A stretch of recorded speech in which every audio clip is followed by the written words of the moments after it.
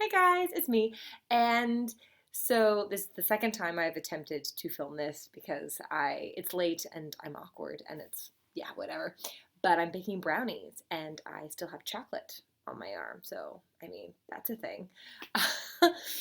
And so the last video I posted, I was at my parents' place and I was talking about the movie Hereditary that I saw. So if you're interested in horror movies or you want to see my take on that, then you can check over to that video. But I know that most of you subscribe because you love anime. And anyway, so here I am to talk about the most recent episode that I saw, which was season 3, episode, I think it's 11, but it's called Friends. And so it was not what I was expecting. I was expecting it to be about almost. Oh, hey! So my roommate just walked by.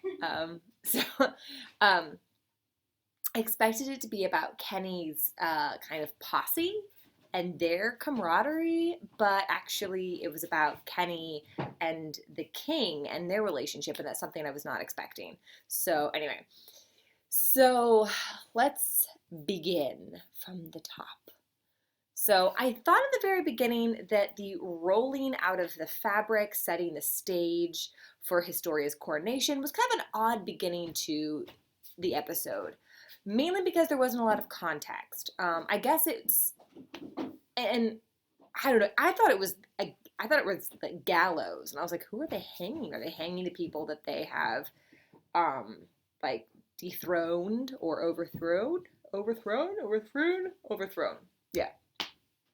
But and then I was like, oh wait, no, this is definitely the coronation. So, but anyway, I thought that was kind of an interesting and kind of odd beginning. But all right, so then okay, so I was just thinking as I was watching this episode, see, there are so many structures that are made by Titans that are still around, and I was wondering, like, in 1,000 years or so, or not even 1,000, in a few hundred years or so, there are going to be some freaking awesome ruins just around this land.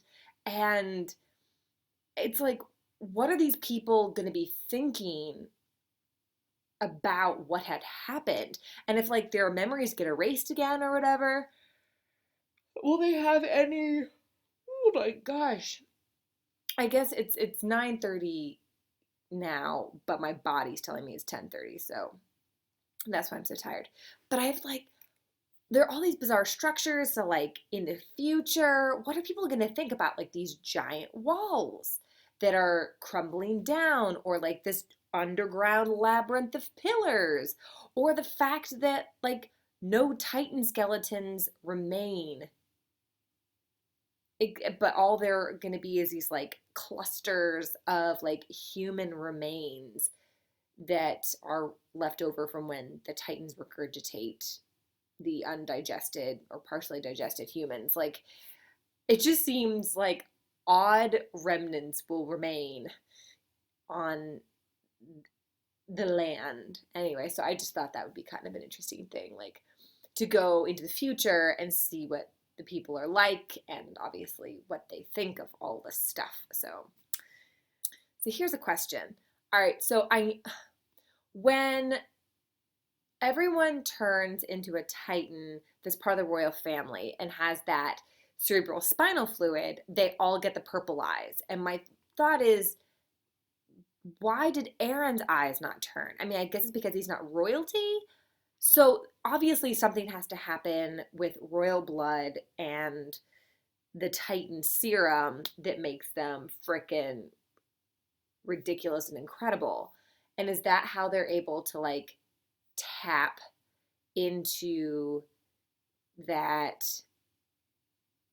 I mean, Kenny keeps on talking about how, like, they preach peace and they're very, like, they're mission oriented and those types of things, but we don't see that with Aaron. So, not because he's just not mission oriented, but he doesn't have that serene peace that you saw with the other, the royalty. And another thing is, like, how can all of them have those memories? Essentially, what's keeping Aaron from having the memories of the king and um, like his niece, who I can't remember her name, but I guess Frida. And why does he not have those memories? Is it because he's not royalty, or does something happen, or is he just like vision constipated? So anyway, and why does he not have purple eyes that are really cool? I mean, it's a good thing he doesn't, because it'd be a sure tip off that something's wrong. But anyway, I mean, I guess it's kind of already been discussed that Eren is possible that he's not gonna be able to live up to like the full potential of the Titan serum, and then it needs royal blood. But somehow I just weirdly don't buy that. I don't know. All right, so I found Kenny's backstory to be pretty interesting. However, it was it just seemed like there's so much material, it shouldn't have just been one episode. Like almost should have been like its own OVA or something. There needed to be more of a focus on his time with his crew, and time before he got Levi, and his like murderous rampage, and all that stuff. So I felt like it was very condensed and not as explored as it should be.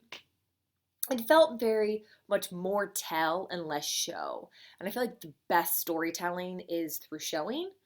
And so I don't think that this is the best that I feel like this season has had a lot of telling and less showing. And I'm sure it's time oriented, but I'm hoping that their break from part 1 and part 2 of season 3 will give them the freedom and the time or whatever to really focus on showing rather than telling. And that's the timer. I will be right back because I gotta check on the brownies. All right, they're not done quite yet, so I'll probably have to jump up again. So anyway, so I guess I was talking about the telling as opposed to the showing, and I want them to do more show. That's just, yeah. All right, so when Kenny goes into his sister's room, I was just struck by how depressing her room was. And it reminds me of this exhibit I went to about Pompeii. It came to Kansas City. And there was a section that was talking about like the brothels of Pompeii. And her room just kind of reminded me of that. I'm sure it was just the like giant urn jug thing there, but it kind of reminded me of that. And I was also just thinking like, so she was clearly not only working in that room, but like living in that room. And Levi was there. And so did she send Levi out into the streets when she did her job, or was he there? And like, how kind of messed up is that? So it's just, Levi is so functional compared to what he could be, given the fact that he was the son of a prostitute where he like grew up in a brothel, shared a room with his working mother, and then was adopted by the first guy who comes into the room, who is unbeknownst to him his uncle, who teaches him how to fight and I guess survive, and then abandons him. And I was just like, how does Levi not have like a huge heap of daddy issues and mommy issues, just parental unit issues? And I mean, I guess maybe, I mean, it doesn't seem to be addressed. He just seems to be kind of detached and emotionally isolated. But I just feel like going through all that has to leave some sort of damage that I would like to see explored in his character. And I don't think it will, just because I guess the place that Levi serves is very much like the kick butt Batman type character. But I feel like that is something that has not been addressed that I think should be. All right, so there's the timer. I'll be right back again. Okay, I'm back. And they're done. Okay, so I feel like most shows, and my frustration is not because I am religious. My frustration is that it's no longer interesting. Not religion. But the fact that most shows are very anti-religion and are using a weird demented version of some type of faith to be the bad guy. And it's just, I get it. I do. But it's kind of boring. And it kind of is annoying to me a little bit in this show because it has so much potential. I don't I feel like the religious aspect of the royalty is the least interesting part of them. It sort of feels like the Catholic Church. So I mean, the vestments and kind of some of the catchphrases and things like that. It feels very much like the politicized Catholic Church. So like way back in the early church, there was no fusion of like political power and the church. In fact, you had like the Roman Empire, and then you had Christians. And then when the Roman Empire fell, what was left was this like dynamic network of like believers and a system of, you had, of bishops and, priests and stuff. So you already had this like tiered system of leadership that was in the church but didn't have political power yet. And so then when the Roman Empire fell, that essentially took over. And then there is this fusion of political power and the church. And I personally, I think that's a terrible idea for both parties. But I feel like this sort of is looking at that angle, this fusion of faith and politics. Um, and it's like kind of taking jabs at the church in terms of like brainwashing people to control them and convincing them that there's something horrible out there. And then I guess in our current church, one could make the case that we build walls or behavioral laws. And I don't agree with these things, but I see where people are coming from. Where building these walls, and in Attack on Titan, it's literal walls, and it's to save people from themselves. These people that were these, that return to these monstrosities by the actual like religious organization. I don't know. I feel like they're doing a good job of like making something that's usually annoying and boring interesting, but still I find the critique pointed, but I don't know. It's not my favorite part. It just isn't. Just because I feel like you see it all the time. Like I'm watching the Haunting of Hill House or whatever it is. And they make jabs there too. And I feel like every single time I watch something, it's faith that's made fun of, or the church that you jab at it. And I'm like, I get it. I get it if you don't like it, but like, think of something else, please. There's so much more. So, yeah, that's just soapbox. All right. All right. So, okay. The passing down of the power to the next generation. And I know I've brought this up before, but like, where do the village people get their powers if clearly the royalty have to eat someone of their family to like have it passed down to them?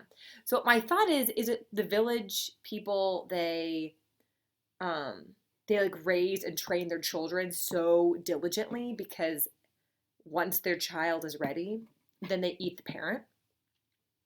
And is that what's going on? And is that something that like Annie and Reiner and Berholt and, is that what they have to, like, the weight of having eaten their family members that, like, raised them?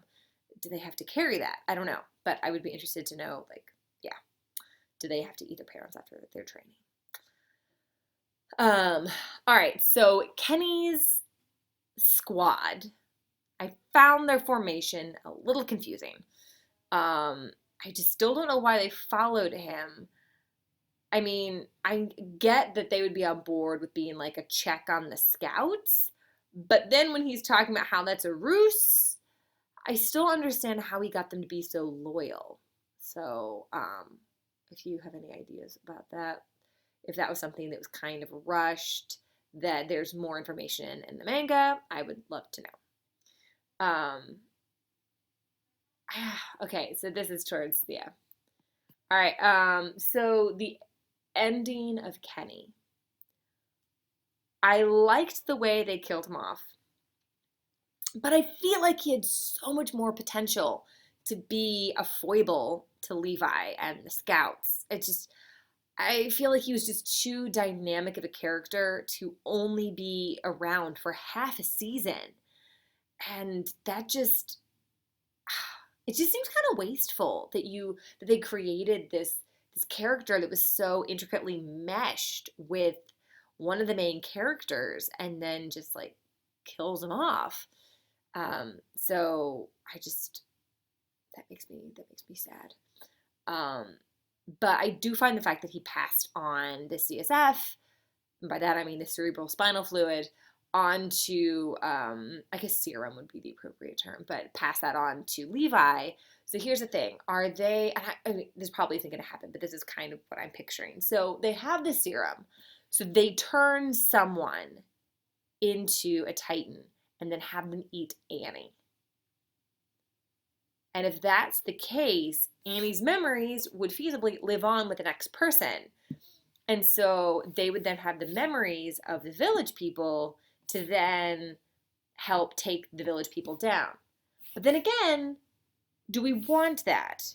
I feel like the motivations of the village people is still untapped, which I feel like the season 3 is really me focusing on that, which is great, or the second half of season 3, because I think that's really great because, well, I want to know. I do. And like, it seemed like they were adversarial to Beast Titan, but now they seem to be in alliance with Beast Titan. And I want to know kind of that thing. I kind of hopped to the end, but I do want to talk about the punch that Historia punches Levi. First of all, I find it hilarious that Mikasa is the one that recommended it, and I think that gives a little playfulness to her that otherwise has not been explored. So I really enjoyed that she's the one. And perhaps she has some deadpan humor. Like, she still does not emote, but she still has kind of that humor to it. Then I want to see more of that, if at all possible. But what was the grudge? I know I should just go back and watch, but I do find it funny that she did punch him. But what I love most is that Levi smiles, and that's the second time we've seen him smile, and the first time in the present narrative that he smiled. And I gotta wonder if it's because he's reminded that he still has a squad. So Kenny has died and his entire squad is gone. But here he has this group of people that still is allied with him and relies on him and knows him, and I just gotta think that's gotta feel pretty great to know that you still have a team. So I wonder if that's what the smile was about. Anyway, that's pretty much that's all I got in terms of my thoughts on this episode. I really enjoyed it. I did. I thought that I loved seeing like Kenny, that whole interaction. I thought this one had a lot of really great montages, and by that, and I think actually it only had one, but there were a couple. But definitely the one where Kenny's dying and Historia's being crowned. I thought that was pretty it was a very nicely done little bit of animation and editing. So anyway, but I am so excited to figure out what's going to happen. And I really wish that I had all the time in the world to just like watch them super quickly. I'm hoping to watch the next episode early this week. Probably won't get to it tomorrow, which is upsetting, but Tuesday looks promising. Because yeah, I think I only have 2 episodes left. And I will, before the end of this this section, I guess, or this 3.1, I'm going to do hopefully a video about the opening credits. I started doing one and then I stopped because I didn't have time. Opening credits and then the end credits. And then don't worry, I will remember to watch till the very end of the last episode because apparently that is very important. So anyway, I hope you've enjoyed this. It's a little long and rambling, and I still have chocolate on my arm. But yeah, if you'd like to see the full reaction, not the full, it's still edited, it's the highlights, then you can look in the description box. It's linked through my Patreon, but yeah, there it is. So I hope you have an awesome weekend, and I don't know why I said awesome weekend, because it's Sunday night. I hope you have an awesome week, and I look forward to making another one, and yes, good night.